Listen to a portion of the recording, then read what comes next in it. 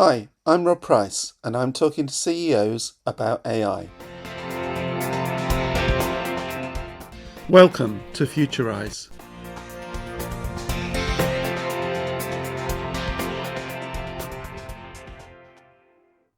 Hi, I'm Martin Neale. I'm CEO of ICS.AI, and we're a full stack, fully committed AI company, 9 years old, selling AI into the UK public sector. Excellent. And Martin, I first reached out because I saw you on the top 25 leadership, AI leadership index that we both kind of were very fortunate to be named on. So congratulations for And that, likewise, well done, despite Rob. that. Oh, excellent. I guess the biggest question for me would be, what have you been doing over that 8, 9 years in terms of having set the business up? Obviously, AI has changed a lot over that time, so I'm guessing that the things that you Indeed. set up to do are quite different from the things that you're doing now. But tell us a bit more about the work that you're doing. Yeah, so the business was set up to be 100% AI, born in AI, as it were. And public sector was always our focus. And the reason for that is we felt the technology was going to change the world. And, if you're going to do that, then why not start with people who help folk? Um, Less altruistically, there's a great deal of repeatability of solutions in the public sector. They all try to do the same things typically in the same way. Um, and they are very well, they're a sector that very much needs AI because they are communicating at population scales, and they need to do it in the most cost-effective way. So what we started off doing was really just posing the question, what can AI do for our public sector customers? What's it capable of doing? And over a couple of years, we sort of worked through the area that was moving most, was in the areas of really conversational AI, the ability to reduce the costs and improve the quality of communicating with residents, students, etc. So we ended up focusing in on that. I didn't expect to see a chat GPT in my professional career, probably in my life. And then all of a sudden, the little monster appeared. We were a 4-year-old AI company at that point. We knew exactly what it was and what it meant. So pivoted the business utterly, stopped what we were doing on the previous generation AI, and pivoted around this. So today, the question that we answer when we sort of ask what can we do for our customers with AI, it really is all about organizational transformation and organizational transformation with specific benefits related activities. And what that means is, particularly in areas like councils, but right across the public sector, is they have ever more demands on ever decreasing resources and budgets. So what we typically do is we'll take a client, as we have with our first client who's been through the whole process, which was Derby City Council. Started working with them on this in 2023, and we saved them £12 million in a 15-month period, which they were able to bank. These aren't theoretical savings; these were actual cash savings that they've had freedom of information requests to detail precisely how they did it. And that really has become our mission. How do we take large, complicated organizations and deploy AI in a way that essentially provides a bankable outcome? I'd love to unpick it probably from two perspectives. One, as a consultancy business, then, I mean, you mentioned LLMs came along, and actually what we're seeing over the last couple of years is things continue to keep coming along. So in terms of the evolution of the technology at speed, then that represents a challenge around how do you as a team kind of keep abreast of that? How do you understand the continually emerging new art of the possible? But of course, also from a end customer point of view, how do people know what the right buying decision is at a particular point in time? Because even making a choice to do something today might be different from the advice you might give in 3 months' time or in 6 months' time. Is that I mean, are those concerns that you see, or in the conversations that you have, or Are people consciously maybe making technology choices of a year or two ago so that it's a matured technology to some degree?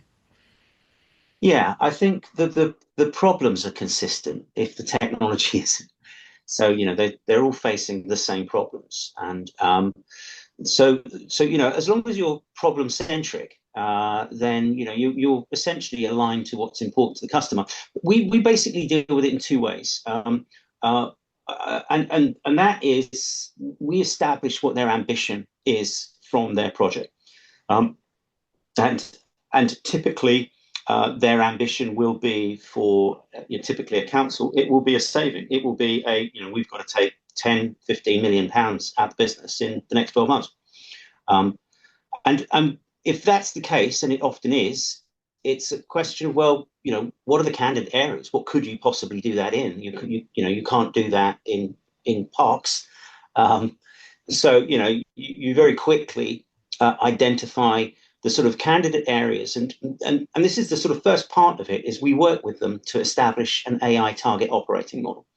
So what we do is we take their entire SLT, and this works from the chief exec and the politicians down, and say, okay, here's, if you're going to achieve this, these are the candidates, and this is how it looks after compared to how it looks now. And the second critical part of this is you can't do it on a fragmented technology landscape, because in the case of Derby, we identified 260 different AI use cases and agreed with them to target 54 of them. And that were 9 programs of work running simultaneously. So where that leaves you absolutely no time for is testing, new bits of point solutions. So we've built our own unified AI platform that provides AI at the front door for residents and service users, and provides AI right across their workforce. And sat in that is an agentic capability that connects those things together, and deals with processes. So it is essentially setting out the mission, which is what it is we're all doing this for, coming up with a program and the technology, and delivering all of those in a joined up way. The changes to technology, which is kind of what you led with there, is really something that's engineered into the DNA of our business, because we have a maturity model that we take our customers through, and the kind of highest level of that maturity model is we call AI transcendent. And being AI transcendent is not just everybody's using AI tools. It's really leaning into the fact that the absolute deliverable of AI at the end of the day is velocity. And if you are trying to make the most of AI, then you're effectively changing the velocity of your business. Things that were taking weeks can now be done in days. So everything speeds up. And what we have done within our organization is we've essentially condensed an entire organizational year into a month, so that every day our SLT meets and makes decisions. Every week we get the entire company together and tell them about all of the changes. And then every month we, as an SLT, take a full day out and replan our entire 3-year plan up front. And that happens every month. And the reason that we do all of that is so that we can embrace change very, very rapidly. And how that lands with our customers is that there are now things that we can solve some of those old problems with, but in a slightly different, usually better way. And in the case of Derby, half of what we ended up delivering to Derby was not in the specification. It were things that came out during the life of that project that were better ways of solving the problem. And we have to be agile. We spend an awful lot on R&D, lots of time and effort on making sure that we are at the forefront of understanding what the new capabilities are.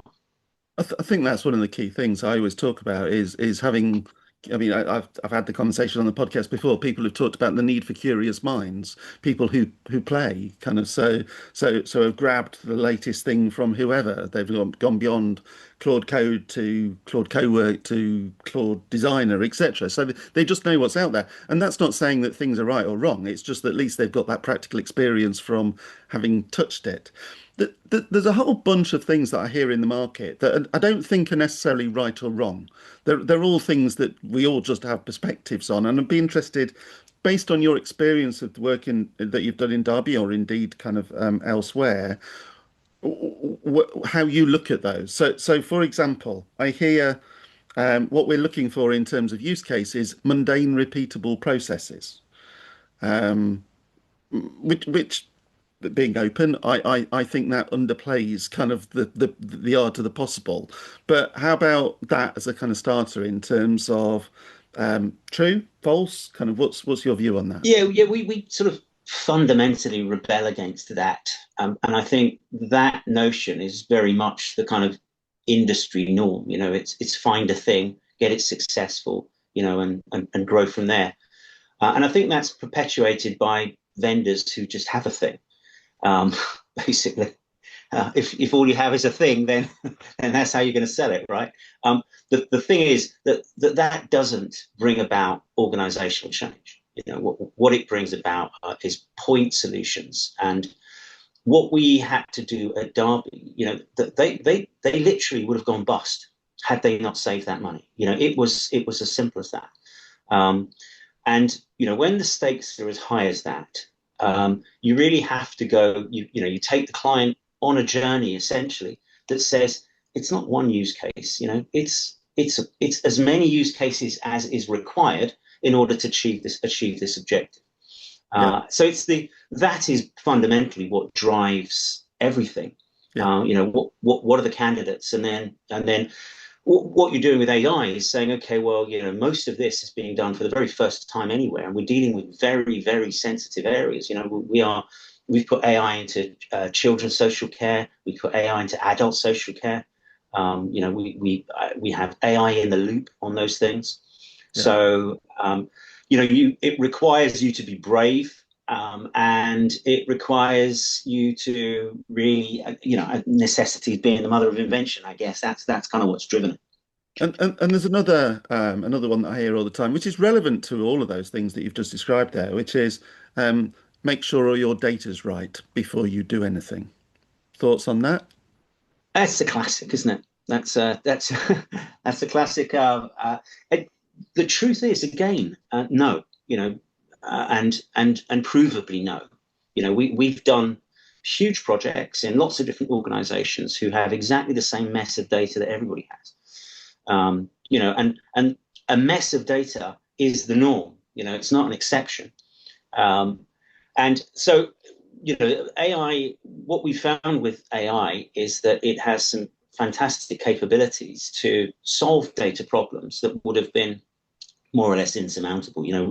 We can have agents crawling, finding duplicates, finding the most recent. So there's a whole manner of tools that make solving those sort of practical day-to-day problems involved in the use cases that you're doing um, doable rather than parked in the too hard car park, which is essentially where most of the you've got to get your data right starts from. Now, don't get Yeah. me wrong. I mean, if what you're doing is very specifically a data centric project that does rely on accuracy and trust, then you have to do it. But an awful lot of what makes a difference to those high value use cases is not ultimately dependent upon the data all being fixed from the point that you start.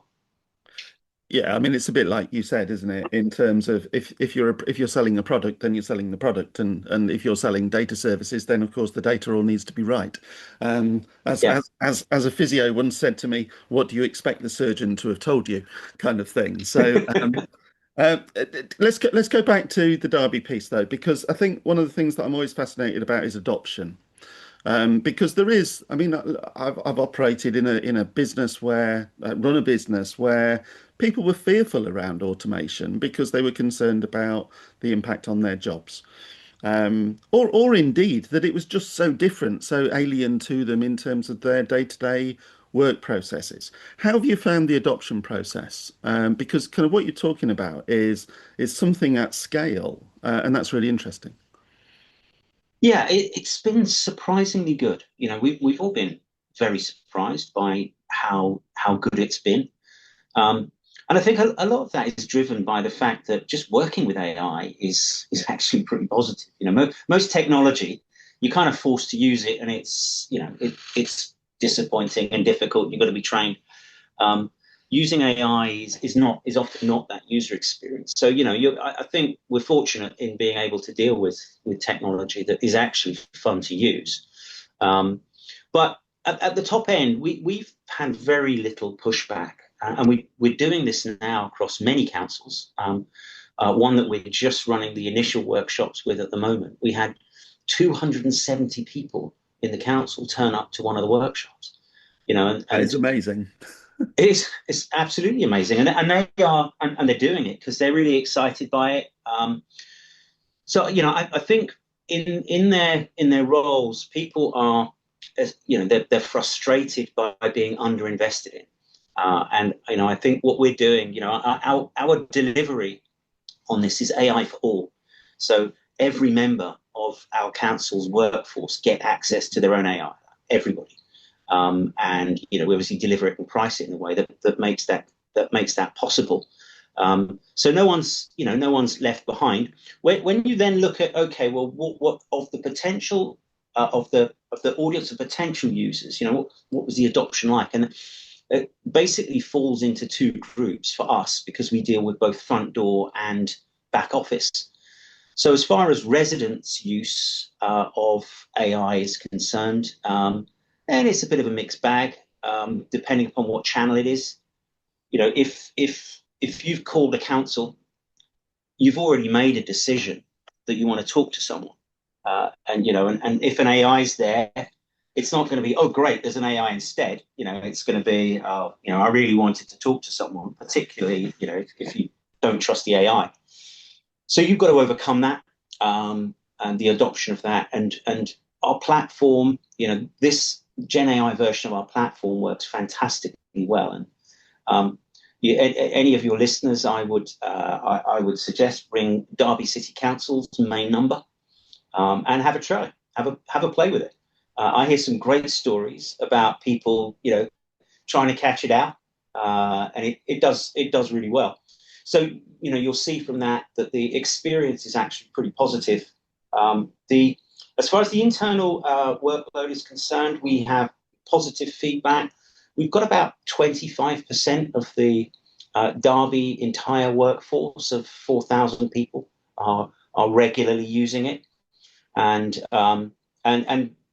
it's not been they haven't all been through the training session, so we are essentially on target, to get our kind of minimum 50% adoption rate across the enterprise.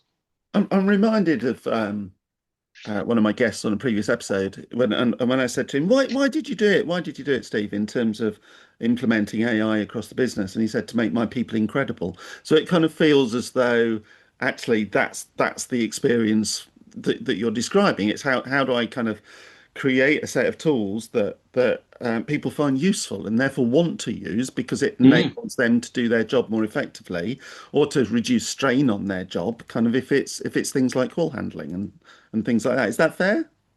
Yeah, I was at a dinner, and there was a Derby guy who was there. It was an awards ceremony, and this was a different bit of Derby that was also up for an award. And he didn't know me, and he dealt with another part of the business. We were chatting about this, and I was telling him, we were doing AI, and he went into this long description about how transformative AI was for him. How it had changed his work. He did all of these things, and it transpired he was using our AI, and that was a lovely kind of unprompted, but that's the kind of passions that you get in people. It does make a big difference. Can we go down a completely different path for a minute? Because one of the things that I found fascinating when I read your profile from going back to the awards was it made this comment that said when you started, you'd cashed in your pension to kind of start it, which I just thought, well, that's quite a cool commitment in terms of that's a confidence that says I'm passionate about doing something. And I also slightly biased love it because um, I'm in my kind of 50s, and therefore having started up a startup in my 50s, it's kind of it just proves that you can do anything at any age, doesn't it? Really, in that sense. But just tell me about the logic because I'm just intrigued. Yeah, so I've spent my whole professional career in bringing new technologies to market. It's what I do. I've been helping Microsoft launch Azure into the UK in 2016.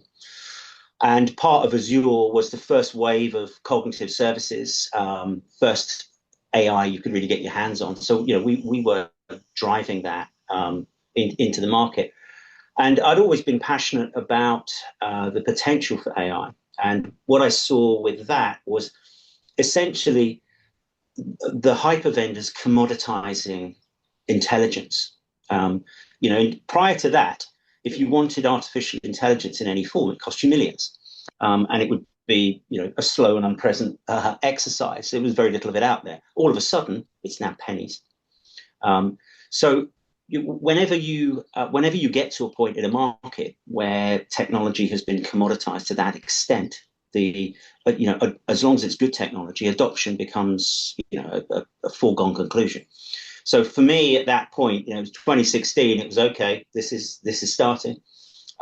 So we started building AI back then, and then set up ICS.AI in 2018 in order to give us the required amount of focus. And yeah, I mean, we'd seen some good traction in early days. And funnily enough, the biggest traction even back then was in local government. And again, it's, necessity being the mother of invention and all. It's always been a driver, which is why I think, we've had things going on in local government like Derby, first in the world to do what they're doing. So yeah, I'm obviously my wife wasn't quite so pleased, but was supportive. And yeah, it was a huge risk, but if you believe in these things enough, I've obviously had experience around technology and in business, but I felt so passionately about it. Not, as I said before, not in my wildest dreams did I think ChatGPT was going to arrive. Yeah. Um, Yeah. and it's the arrival of ChatGPT that has basically changed everything. So if anyone's listening, kind of thinking maybe they've done similar to us in terms of worked in a corporate space kind of for many years, and then getting to whatever point in life thinking, I fancy doing something, kind of setting out on my own or with another group of people. What would be the kind of top things that come to mind that you would pass on as tips to do or tips to avoid? Because I mean, look, I mean, my experience has been it's amazing, kind of kicking something off and growing something with a smaller group of you, but it's hard work as well. I mean, no one should ever go into it thinking, "Oh, this will be cushy." What would you kind of tell others, kind of thinking of setting out? Yeah, I think if you're at the point, the thing about the pension is it gives you a lump sum to do something, right? So, it's a point in life where you have a piece of money, a chunk of money where it becomes possible. Um, it if you still have a passion for building, and I'm sure you've seen across, your peer group, there are lots of people whose passions are not towards building at this time of life. They're very much thinking about the retirement and what they're going to be doing at those points. If your thinking is the latter, that you still have a passion for it, you really need that passion for it because it's going to be hard work. And there are going to be difficult times. But the benefits of people at our age is that I've had successful businesses before. I was in top 100 for 2 years on the trot, fastest growing companies. And when I think about me as a manager and as an entrepreneur now compared to then, I've just learned so much. we're growing at 100% per annum, but we don't have a broken company. People are happy here. So, you develop the skills, I think, to manage people better, and hopefully to the experience to make, just slightly more right decisions than wrong ones. And that's really all you can hope for. Absolutely. So what comes next then? So what's I mean, let's park the kind of ever evolving technology landscape, kind of because, as you said, we all have to adapt and adopt kind of whatever's happening there. But what's the plans for the business over the next kind of couple of years? Is it continuation around more work in local government as you've described? Is it kind of what's the plan? Yeah, so we're essentially going to be what's happening right now is as big a change in my view as what happened with ChatGPT coming out, as big a change as when the hyper vendors started introducing AI in the first place, and that is the ability of AI to write AI, and that takes the unit software production costs down to pretty much zero. So the software will proliferate enormously, because there'll be lots of great tools to help you to do that.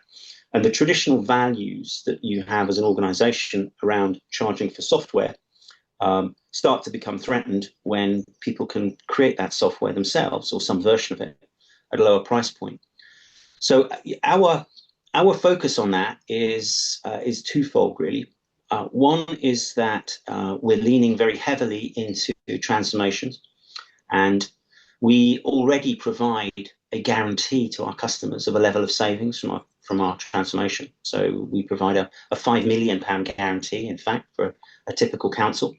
LGR is just happening, so that's a £10 million guarantee that we provide. So we're super focused on providing an outcome to our customers, and obviously, we need to deploy in a certain way, and there's kind of rules around doing all of that. So we're very much leaning into that. But the other thing that we're doing is we are becoming the platform for our clients to be able to basically vibe code their own solutions. So the challenge to a lot of these technologies is, yes, you can produce code quickly, but can you and should you run that in an enterprise? How cognizant of your the various rules and security and governance and so on. So we're sort of expanding really ever more into the landscape of providing a platform, and it really comes into a kind of extension of the vision of what AI transformation is. So our first version, and we see a kind of long-term model of three stages to transformation. And the first stage is really AI for all. And that is, how do you get it into everyone's hands quickly and effectively, as quickly as possible? So that's customers and citizens' hands and employees' hands. And how do you do that at scale? The second thing that you need to do is to make sure that it all works in as joined up a way as possible. And you can't do that if all of your internal platforms are not able to connect seamlessly into an agentic workflow. So the second phase to this is you're going through your estate and ensuring two things: that your applications can be good citizens in an agentic workflow, and that they can also stand up to Mythos and the others that will arrive shortly, that will be able to exploit their vulnerabilities. So, there'll be a period of looking very much at the estate of the organization as part of the transformation. And then the third is autonomy. And that is, once you've been through the first and the second, you're then realistically in a position to have end-to-end autonomy in whatever way is appropriate for your organization or your use case. And that's, absolutely our journey. I think anyone listening who's kind of running a business or indeed a local authority, city, council, It's probably still kind of stuck on that first point that you mentioned, which is the 5 million guarantee, and trying to work out, okay, how do I get that? How does that work? Which is a hell of a sales message in that sense, because I mean, I suppose it comes back to you're saying that with the confidence of those environments. You understand a local government operating model effectively, the services that needed to be provided. You understand from the work that you've been doing the opportunity to accelerate and augment and connect into those estates. So in a sense, it's possibly not a gamble. Well, it won't be a gamble, will it? I mean, you know how to release it. It's just kind of enabling people to kind of make that decision to want to do that. Yeah. Yeah, it absolutely is, and what it is it's the ultimate signal of intent. Consultancy companies don't do this, and technology companies don't do this because they can't, because they're two halves of a problem. We are a technology and consultancy company combined. Um, it's our technology platform. We know what the deflection rates are at the front door. We know what the use rates are. We know what their business objectives are. We've calculated them. So part of what we do is we go in there with all of our calculators, work out and help them understand how exactly they can go about releasing this level of value. And it's super important to us that they do, because we fundamentally what we're selling here is outcomes, and that's what makes it attractive to our customers. To be honest, they don't care whether it's our Copilot or Microsoft's Copilot. They don't care whether it's our AI at the front door or Google's AI at the front door. What they care about is that they're getting a specific outcome, and that is what we are focused on doing, and that's what I think customers want. They want to know that they're going to end up somewhere, not that they're just going to buy this latest flavor of technology that someone's selling them, and it's down to them as to whether they realize value from it or not. Cool. Martin, it's been a delight to talk, and especially, although I didn't mention it at the start, but as a lifetime member of the East Midlands, then it's always good to talk about case studies in the East Midlands. So fantastic. Thank you very much. Thank you. Great talking to you, Rob.